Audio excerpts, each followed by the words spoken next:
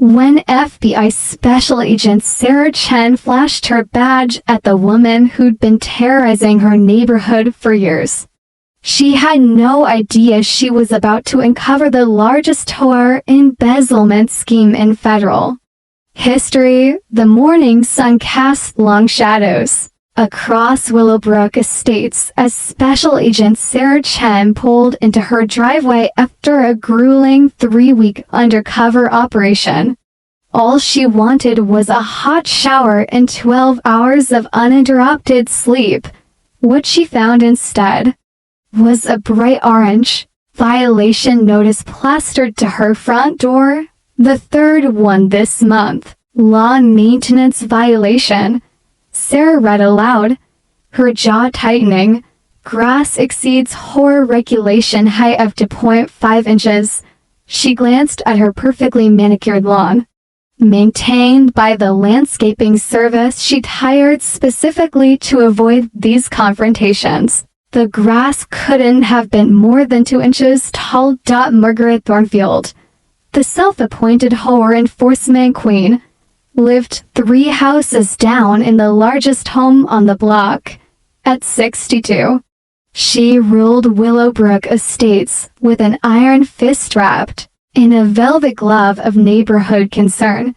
Her silver hair was always perfectly coiffed, her pastel cardigans always pressed, and her smile always hiding something darker.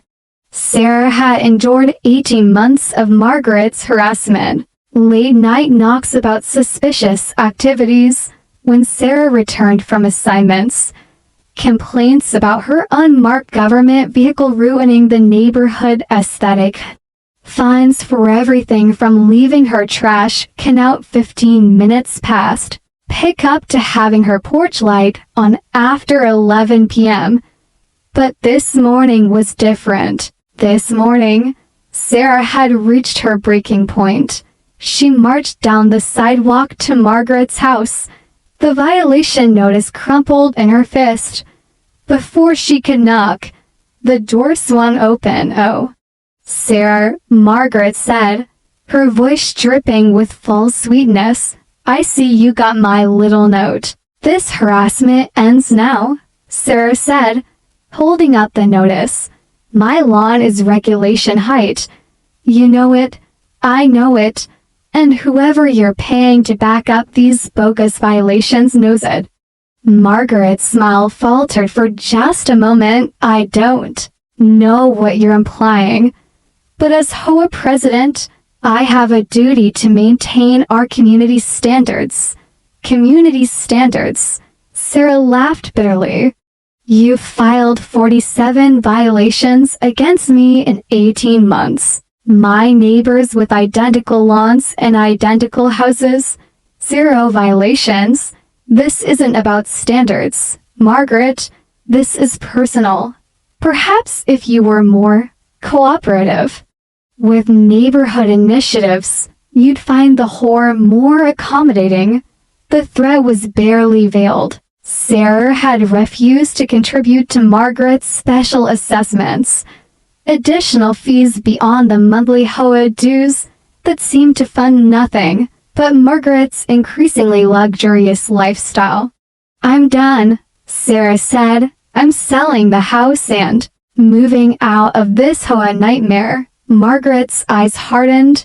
"You can't just leave, dear. There are procedures, transfer fees. Outstanding violations must be resolved. The Architectural Review Committee must approve any modifications made during your tenancy. That could take months. Watch me." Sarah turned to walk away, but Margaret's voice stopped her cold. "I wouldn't be so hasty, Sarah.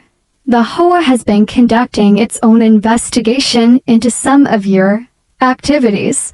Late-night comings and goings, strange visitors, packages delivered at odd hours. The police might be very interested to hear about the suspicious behavior we've documented." The threat hung in the air like poison. Sarah turned back slowly, her FBI training kicking in. She studied Margaret's face, noting the micro-expressions, the tells that separated truth from bluff. "You're threatening to file a false police report."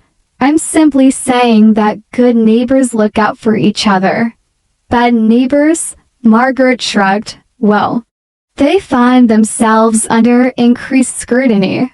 Sarah pulled out her phone and began recording. "Say that again, Margaret," for the record. Margaret's face flushed red. "You stop that right now. You can't record me on my own property." "Actually, I can. Maryland is a one-party consent state." Sarah kept the camera rolling. "Now, about those threats, I'm calling the police," Margaret shrieked, pulling out her own phone. "I'm reporting a federal agent for harassment and intimidation." Sarah's blood ran cold. In 18 months of conflict, she'd never once mentioned her job.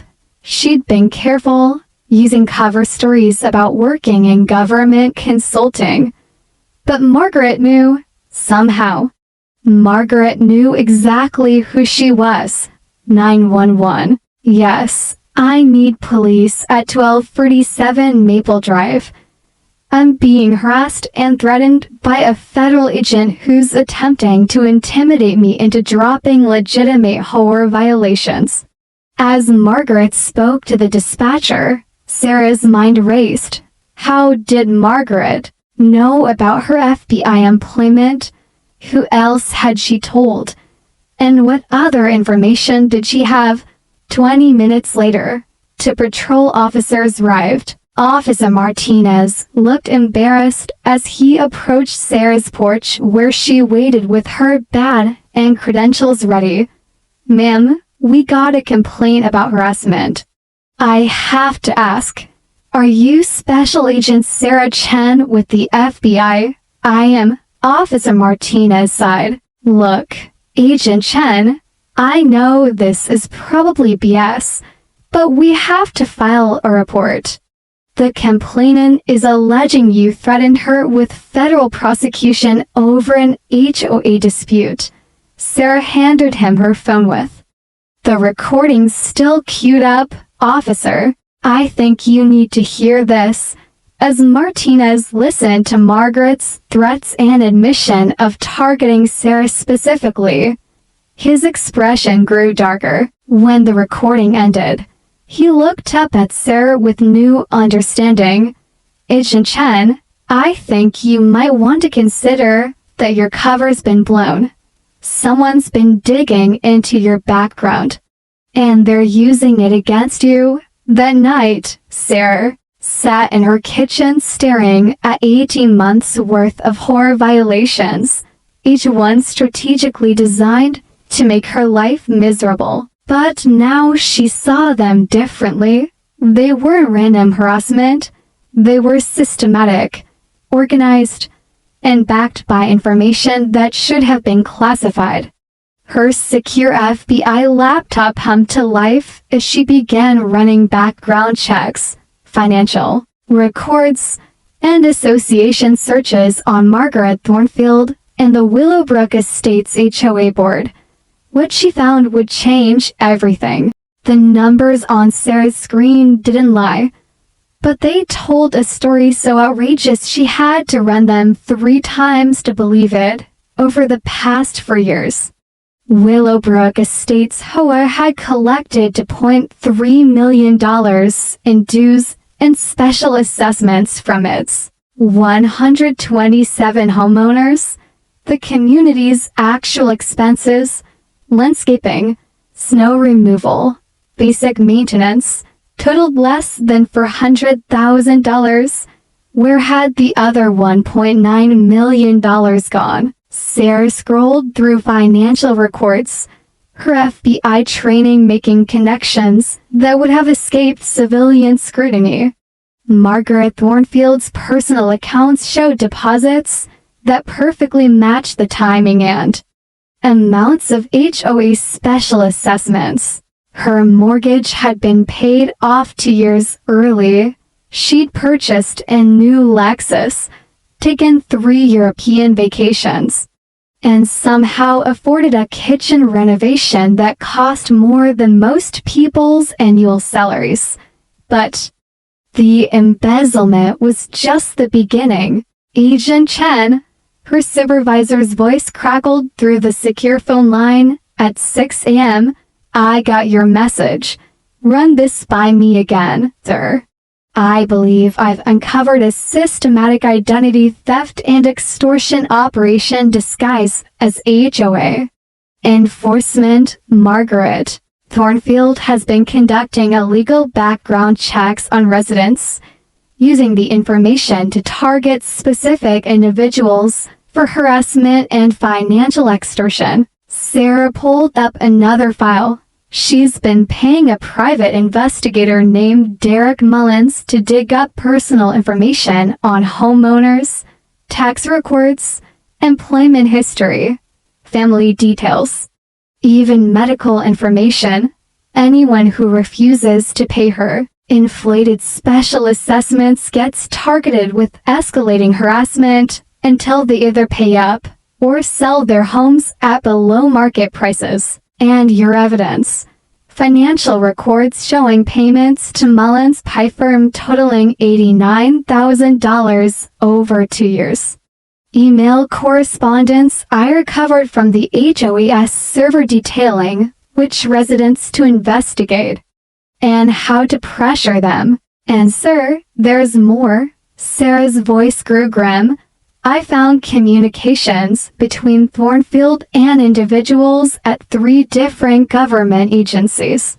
She's been paying for legal access to federal databases.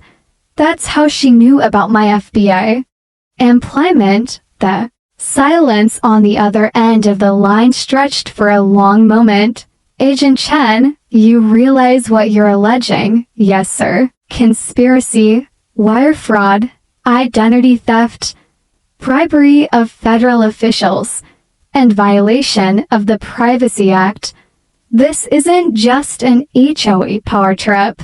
It's organized crime hiding behind suburban respectability. I'm assigning you a team. But Sarah, you're too close to this. I need you to step back and let other agents handle the investigation. Respectfully, sir. No one else knows this case like I do, and if we bring in a team now, word will leak. Thornfield already has contacts inside government agencies. She'll destroy evidence and disappear. Another pause. What are you proposing? Let me wear a wire. Get her to incriminate herself. She's arrogant enough to brag about her operation. If she thinks she's won.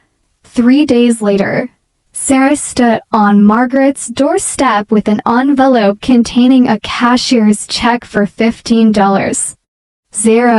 The exact amount Margaret had demanded in outstanding assessments and transfer fees before she'd approve Sarah's house sale. Margaret opened the door with a triumphant smile. Sarah, I knew you'd see reason eventually. Can we talk inside? I don't want the neighbors to know I'm paying. Margaret ushered her into the living room, her eyes fixed greedily on the envelope. The space was decorated with expensive artwork and furniture that screamed money, for more money than any legitimate HOA president should have. You know, Margaret said, settling into her leather chair, I always thought you FBI types were supposed to be smarter. Took you long enough to figure out that fighting me was useless. How did you know about my job? Sarah asked, the wire taped to her chest capturing every word. Margaret laughed. Honey, I know everything about everyone in this neighborhood. Derek Mullins is worth every penny I pay him. Former police detective. Still has contacts everywhere. One phone call and I knew your employment history, your salary, your case assignments. Even your mother's maiden name? That's illegal, Margaret says. Who? I'm protecting our community property values. Do you know what happens to a neighborhood when word gets out that there's an FBI agent living here? People start asking questions. They get nervous. Property values drop. Sarah feigned defeat. So what's the real cost of getting out of here? Well, there's the $15,000 in assessments. But there's also the matter of your cooperation in certain ongoing matters. What kind of matters? Margaret leaned forward, her eyes glittering. Let's just say that having a federal agent as a reference opens doors. Derek has some clients who would pay very well for certain types of information. Background checks the FBI runs, case files. Witness locations, nothing too serious, just information. The wire was capturing everything. But Sarah needed more. Margaret, are you asking me to commit treason? Don't be so dramatic. I'm asking you to be practical. You want out of my HOA. You want me to stop the violations and the police complaints. Then you help my business associates occasionally. Everyone wins. Your business associates. Margaret waved her hand dismissively. Derek has connections with several private investigation firms, bail bondsmen, lawyers who need to locate people quickly. Sometimes law enforcement agencies need to find someone who doesn't want to be found. You help them, they pay you, you pay me my standard referral fee, and everyone's happy. And if I refuse, Margaret's smile turned cold, then I'm afraid your life here becomes very, very difficult. More violations, more police calls, maybe some concerned neighbors start reporting suspicious activities at all hours. Maybe the HOA Architectural Committee decides your house needs extensive modifications before you can sell. These things can drag on for years. Years. Sarah pretended to consider the offer, her mind calculating how much evidence she'd gathered. I need time to think about this. Of course. But don't take too long. Derek has a client right now who's very interested in the witness protection records from your Baltimore office. They're offering $50,000 for the right information. As Sarah walked back to her house, her phone buzzed with a text from her supervisor. We got everything. Moving to rest phase. Great work. Agent Chen. But Sarah's satisfaction was short-lived. As she reached her front door, she noticed a black sedan parked across the street that hadn't been there before. The driver was watching her house through binoculars. Derek Mullins had arrived. 6 months later, the federal courthouse in Baltimore buzzed with media attention as United States v. Margaret Thornfield and Derek Mullins began. What had started as a simple HOA dispute had exploded into a conspiracy case involving 14 co-conspirators across 5 states. Special Agent Sarah Chen sat in the gallery, watching as Prosecutor Assistant U.S. Attorney Jennifer Walsh delivered her opening statement to the jury. Ladies and gentlemen, this case is about trust. The trust we place in our neighbors, in our communities, and in our government institutions. The defendants violated that trust in the most cynical way possible. They turned the American dream of homeownership into a nightmare of extortion and betrayal. Defense attorney Robert Kellerman rose for Margaret's defense, his expensive suit and silver hair projecting confidence. My client is guilty of nothing more than taking her duties as HOA president seriously. The prosecution wants you to believe that collecting legitimate fees and enforcing community standards constitutes organized crime. This is prosecutorial overreach at its worst. But Sarah knew the prosecution had built an airtight case.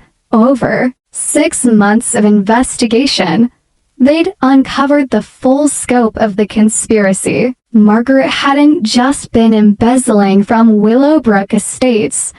She'd been running the same scam across 7 different HOA letters in 3 counties, stealing over $8 million in total. The first week of trial focused on the financial crimes. FBI forensic accountant Patricia Rivera walked the jury through spreadsheets showing how Margaret had systematically looted HOA accounts. The defendant created fake vendor invoices for services never performed. Rivera testified, Findham landscaping companies, non-existent legal fees, fraudulent repair costs. She then transferred the money to personal accounts through a complex web of shell corporations. But it was Derek Mullins' testimony that provided the most dramatic moments. After being arrested, he'd quickly agreed to cooperate in exchange for a reduced sentence. Margaret came to me about 4 years ago, Mullins testified, avoiding eye contact with his former partner. She wanted background checks on HOA residents who weren't paying her special assessments. At first, it seemed harmless, just basic public record searches. But it escalated. Prosecutor Welsh asked, oh yes, she wanted more detailed information, employment records, medical histories, family situations. She was looking for pressure points, ways to force people to pay or get them to sell their houses. How did you obtain this information? Mullins shifted uncomfortably.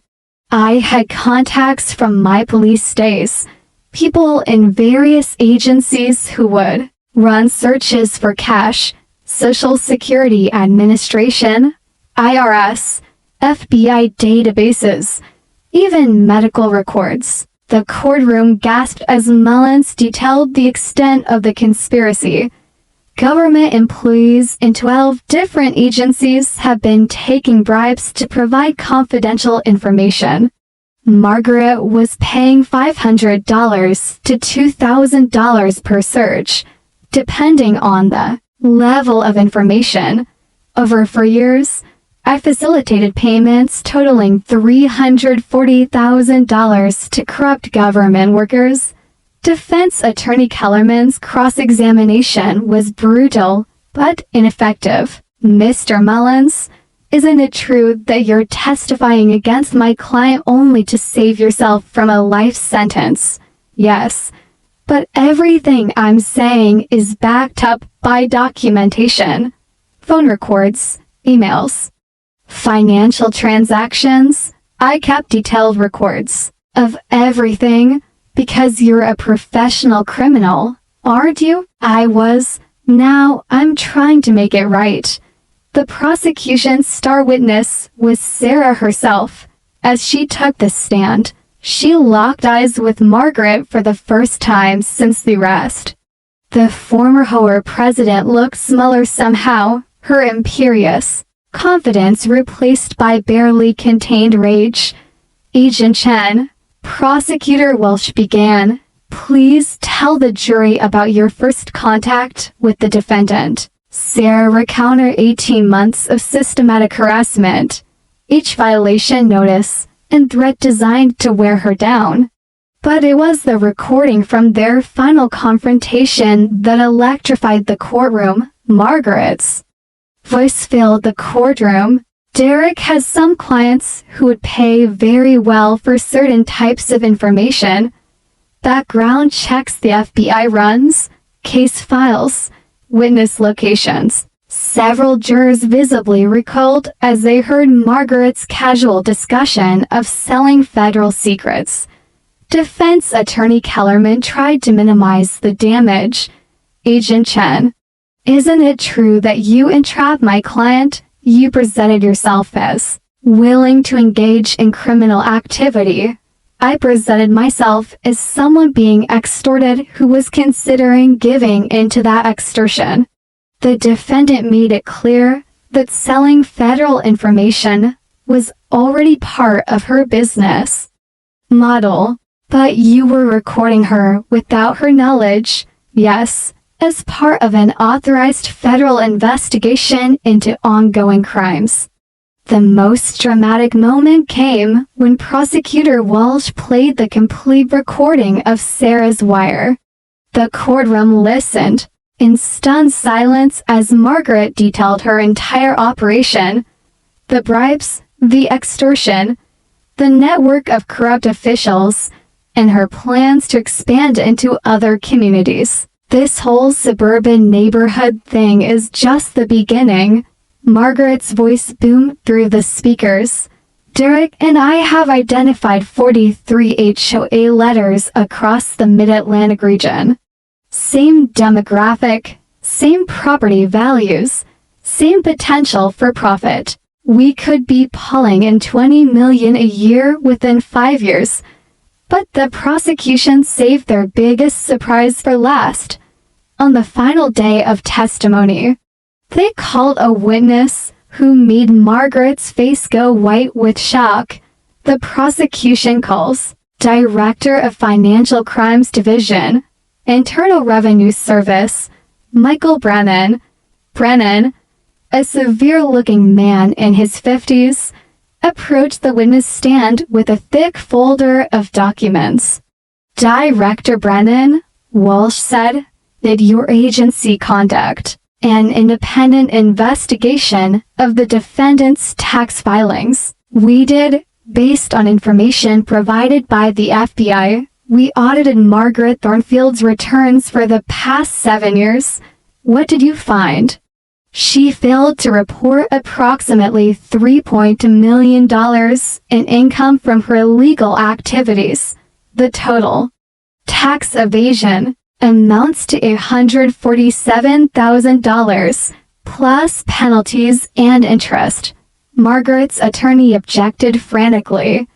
But the damage was done. Tax evasion carried its own severe penalties, and the IRS had built a separate case that would ensure Margaret faced decades in prison even if somehow she beat the federal conspiracy charges.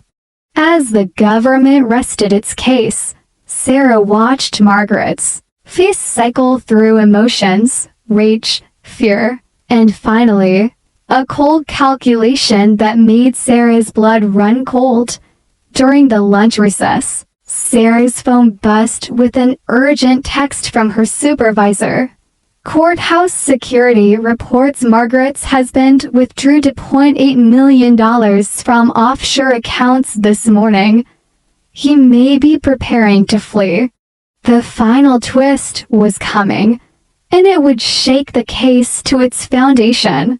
The jury deliberated for 3 days. On a gray Thursday morning, they filed back into the courtroom with expressions that revealed nothing. Judge Patricia Morrison called the court to order as Margaret Thornfield stood to hear her. Fate has the jury reached a verdict. We have, Your Honor. Sarah held her breath as the jury foreman unfolded the verdict sheet.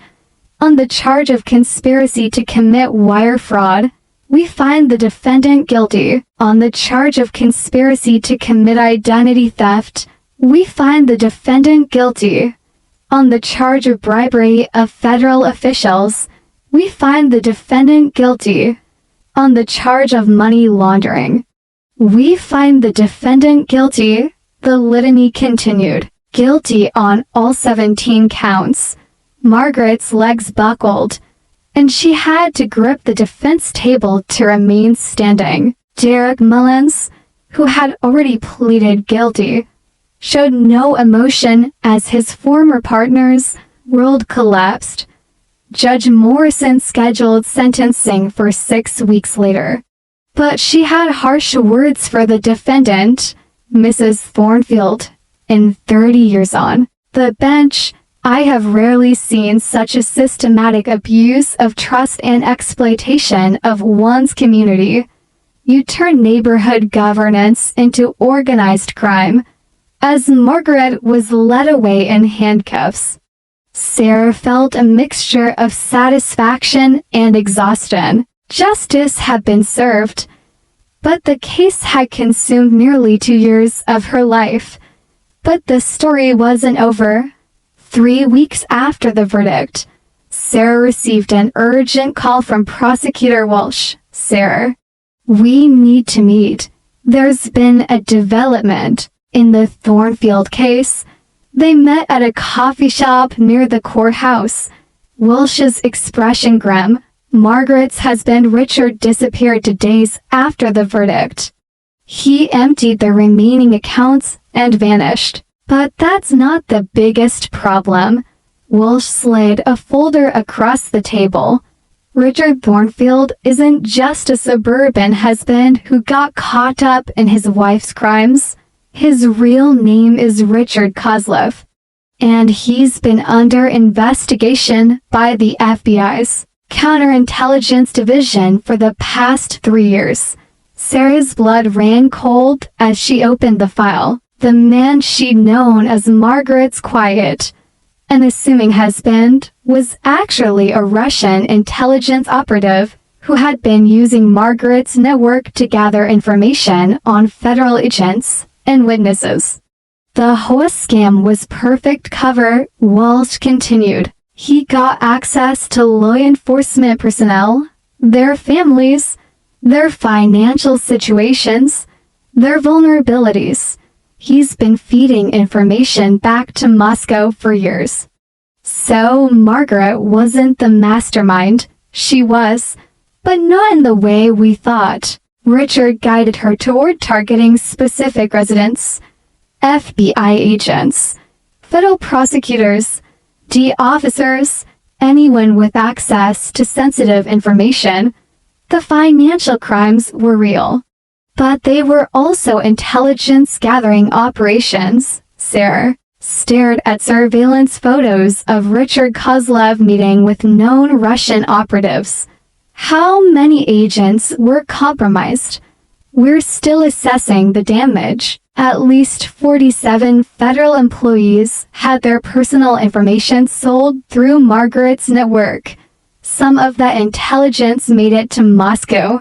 We've had to relocate witnesses, change operational procedures, even recall agents from overseas assignments. The true scope of the betrayal was staggering. What had seemed like a simple case of horror corruption had actually been a sophisticated foreign intelligence operation hiding in plain sight in suburban America. "There's more," Walsh said quietly. Richard left behind encrypted files that suggest this wasn't an isolated operation.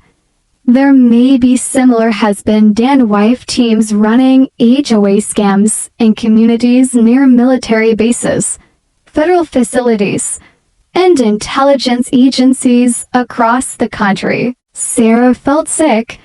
How many Margaret Thornfields are out there? We don't know yet. But Sarah, there's something else you need to know. The reason Richard targeted you specifically wasn't random. Your undercover work in the Baltimore organized crime family last year, you disrupted a money laundering operation that was funneling cash to Russian intelligence. This was revenge, and recruitment. Richard was trying to compromise you, turn you into an asset. If you'd given into Margaret's extortion, you would have been feeding intelligence to Moscow. 6 weeks later, Margaret Thornfield stood for sentencing. But the courtroom atmosphere had changed dramatically. Federal marshals filled the gallery, and several agents Sarah didn't recognize sat in the front row. Judge Morrison's voice was ice-cold as she delivered the sentence. "Mrs. Thornfield, I am now aware that your crimes went far beyond financial fraud. You participated in a foreign intelligence operation that compromised national security and endangered American lives.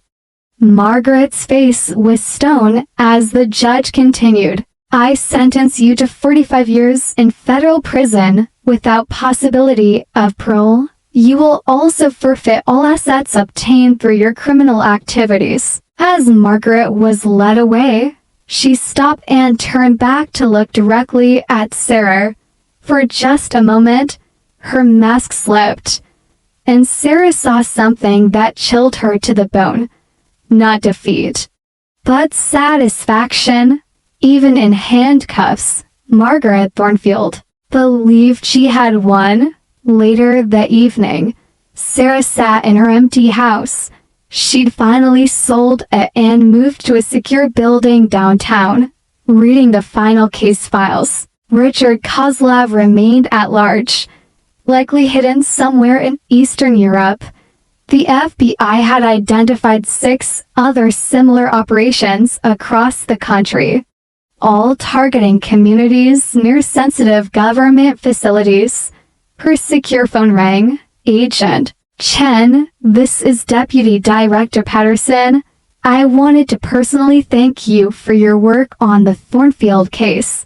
Sir, we let the real mastermind escape, maybe, but you uncovered an intelligence operation that could have compromised national security for decades.